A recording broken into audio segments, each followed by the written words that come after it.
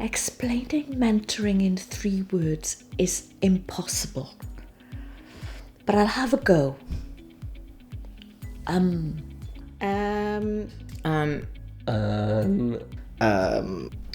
Expertise. On tap.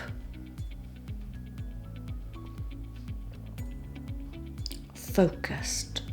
Mae'r proses Mentora wedi bod yn really hwyl, yn really gweithredol ac yn eitha ysbrydoledig.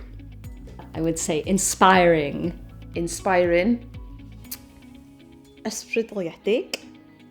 Inspirational. Affirmative. Trylwyr.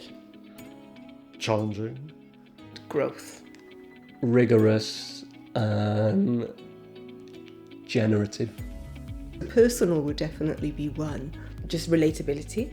I think I was very intentional to pick sort of a mentor who reflected me and my lived experience, and it's just been so nice to open those conversations up and see myself reflected.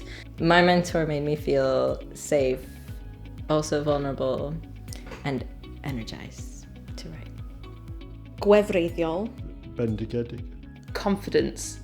Validating. I would describe it as fun. Transformative. Enjoyable. And empowering. Life-changing, which is technically 2 words with a hyphen. Heriol mewn ffordd dda. Dwi'n efo'n yn 4 gair. Dwi'n efo'n deg, na di, sori. Dwi'n torri'r rheola.